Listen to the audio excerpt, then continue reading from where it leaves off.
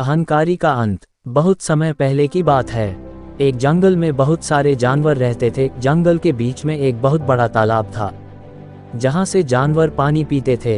इस तालाब के किनारे पर एक पपीते का बहुत ऊंचा पेड़ था। उस पर बहुत बड़े बड़े पपीते लगते थे। एक बार कुछ खरगोश पानी पीकर तालाब के किनारे पर खेल रहे थे।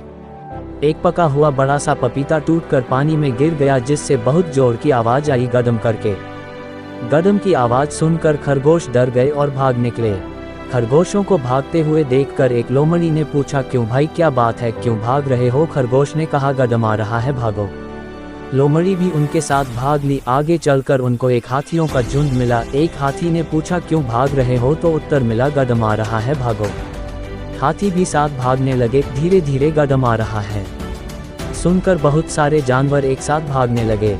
ये जानवरों का झुंड जब बब्बर शेर की मांद के पास से दौड़ रहा था तो शेर ने पूछा, क्यों भाग रहे हो?